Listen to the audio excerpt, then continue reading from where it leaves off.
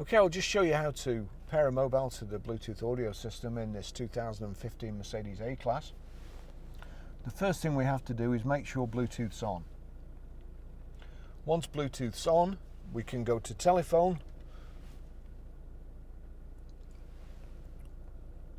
As you can see there, it says ready for Bluetooth telephony, and telephone there, connect device and call list. That's on the bottom menu, so we need to pull this back towards us, highlight the bottom menu as you can see there, then connect device, select connect device. It's on search for phones at the top, so we'll click yes, search for phones. Yes, you've got to tell it twice, start search.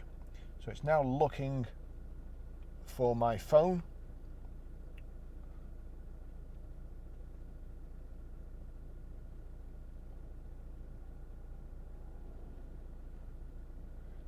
It's found my phone, so we turn the selector till it's onto my phone there, click yes or select or whatever you want to call it, and there you go. Does the passkey 690318 match? Well, it does, so click pair on there and select yes on the unit. Allow contacts and favourites to sync. Allow.